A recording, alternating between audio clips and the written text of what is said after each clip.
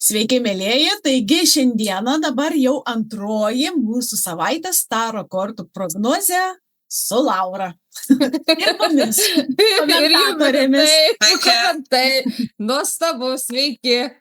Norėjau jūsų paklausti, kaip visų savaitė praėjo. Gal yra kažkokie tai, tiesiog ar sutapimai, ar atsiliepia iš tikrųjų šitą prognozę taro kortų. Būtų labai įdomu, kad jeigu galėtumėt pasidalinti. Tai va. Tikrai komentaruose galit pasidalinti, ar jums rezonavo, ar jums atitiko kažkas. Tai man, pavyzdžiui, atitiko šią savaitę būtent su tuo vidiniu vaiku toksai. Visas buvo tas žaismingumas ir visa kita. Ir paskui jau dabar einant į galą, į pabaigą šios savaitės, kadangi jinai vis dar nesibaigė, tai pradeda kilti tie tokie kaip ten demoniški dalykai, visi tokie iš visų erdvių, tokie užslėpti, tokie visokiausi demoniški. Taip, atitiko labai puikiai. Labai atitiko. Ir dabar bemaišant kortas, iš tikrųjų, aš ištraukiau skeptrų pažą. Tai reiškia, kad reikia imtis veiksmų. Kiti galbūt nežino, ar pradėti, ar nepradėti. Vienareikšmiškai reikia pradėti, kad ir mažais žingsneliais, bet užtikrintais ir reikia pradėti.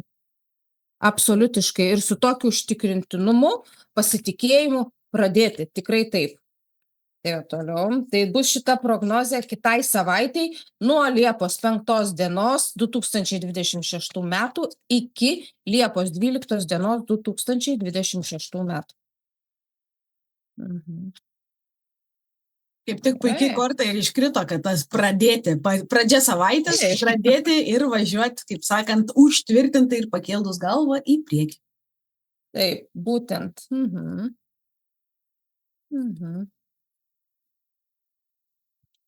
Na, įdomiai. Labai įdomiai, to ir pakomentuosiu, kas čia įdomiai. Tai va, svartysit. Gali būti, gal kas nors norės tiesiog, žinot, kaip žmonės ateina prašyti finansų paskolinti. Galimai gali svarstymas bus duoti, neduoti. Tai va, arba savo biudžeto persižiūrėjimas iš tikrųjų. Bet gero tokio, žinot, ne šiaip sau, ne centeliai, labai didelis biudžetas.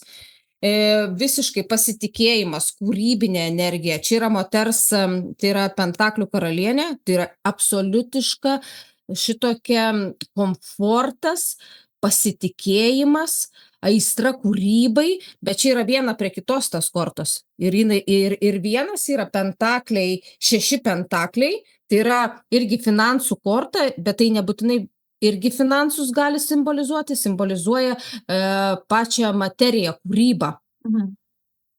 Tai va, tai ir, neperdėkit iš tikrųjų. Viskas yra gerai, bet reikia su lengvumu, nes gali jaustis paskui nuovargis, išsitaškymas toksai. Nereikia savęs tiek taškyti emociškai, stengtis, reikia harmoningai visą tą atlikti. Pasinerimas į savo vidinę, kažkokį vidinį pažinimą, čia yra visiškai ezoterinė korta, vidinį pažinimą, galbūt kažkas naujieną sužinos, kad laukiasi, tarkim, nes tai gali būti ir nėštumo korta. Šita korta. Ir šitas taip pat ezoterika ir simbolizuoja ezoteriką. Tai daugiau į vidų, į savęs pažinimas. Galbūt labiau ir skirsit savo laiko meditacijom, tiesiog apmąstymams netgi apie save patį, savo gyvenimą. Truputėlį toksai atsitraukimas nuo minios, pasakysiu, šitaip. Leidimas savo būti toksai. Būti, taip, viskas bus. Jūsų viskas, ką jūs svajojat, ko jūs norit, ko jūs trokštat, yra jūsų rankose. Ir atsakymas, jeigu kažkoks tai yra, ką jūs turit galvoje, ar pavyks, ar nepavyks, maža kas, ar nusipirksiu, ar nenusipirksiu, ar man eiti, atsakymas yra taip. Su pasitikėjimu, su tokiu ryžtingumu, tik nebijoti, o eiti ir daryti, pasitikėti, nes viskas jūsų rankose. Čia yra skeptrų tuzas. Aukščiausia ta korta, iš kaladės, kad taip, daryti, eiti ir nebijoti. Absoliutiškai, bet laiko skirti savo. Piškino, Eiti per save toksai, ne, atrodo, kad, va, pavyzdžiui, per tą vidinę tiesą, ne tokia, žinai, kad tai būna, pavyzdžiui, mes vaikomės iliuzijų, ne, pamatom blizgantį popierėlį ir atrodo, oi, aš noriu šito, tada kitą dieną, ai, aš gal šito geriau noriu, o gal šito noriu geriau, ne, tai eiti per save, per savo vidų, iš vidaus į išorę, o ne iš išorės stengtis kažką tai į save. Taip, čia ir yra, va, pažinimas savęs tiek vyrams, tiek moterims į save ir atsitraukti, išbūti, nes tai yra iš viso šitas hermit, tai yra, atsiskyrėlis, jis atsiskyrėlis. Ezoterikoje irgi žmonės atsiskiria ir paskui vėl išeina. Tiesiog pabūt su savim, susidėlioti savo mintis, savo jausmus, apmąstymam. Iš tikrųjų labai gera kartu visa įdomi, tikrai. Kaladės, šita visa kaip tik prieš mūsų naują projektą, kuris pasileis, ir bus pirmadienį, aišku, apie tai socialiniuose tinkluose paskelbsime daugiau apie tai ir kaip tik surištu ir su tuo ir tikrai daugam šitas irgi pravers. Apie moteriškumą, per vidų ir visi kiti dalykai. Taigi čia ugnies energija. Moteris ir vyrai, ugnies energija. Tikrai taip. Leisti savo. Kai moteris leis savo išjausti, pasidarys tą praktiką tokią, tiesiog atsigaivins, išsivalys, išlaisvins tą savo vidinės amazonės, kokie laimingi vyrai paskui bus. Nes čia yra seksualumo korta. Tarkim, ne, moteris ateina ir apie santykius klausia, ne?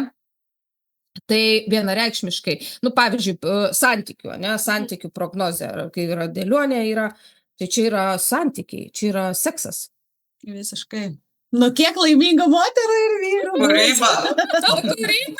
Labai gerai. Čia kaip tik jau visai savaitai ženklas, kad ateiti pas mus į praktiką. Turėsim tik tai 12 vietų, o aprašymas pas mus socialiniuose tinkluose. Jo, kai užkilo energijos, žinok. Jau dabar kilo. Grinai tokia aistrelė, visa tokia tiesiog kundalinė energija kyla, tai labai labai nuostabi. Iš tikrųjų, prognozė visai savaitei. Tai sekite naujienas, sekite mūsų Trilume internetinį puslapį ir tenais viskas bus aprašyta, kas jūsų gali laukti jau dar kitą pirmadienį, 13 dieną. Tai tai žodžiu, labai dėkoju, Laura, už kortas. Man malonu. Visą šitą prognozę ir iki kitų susitikimų. Iki.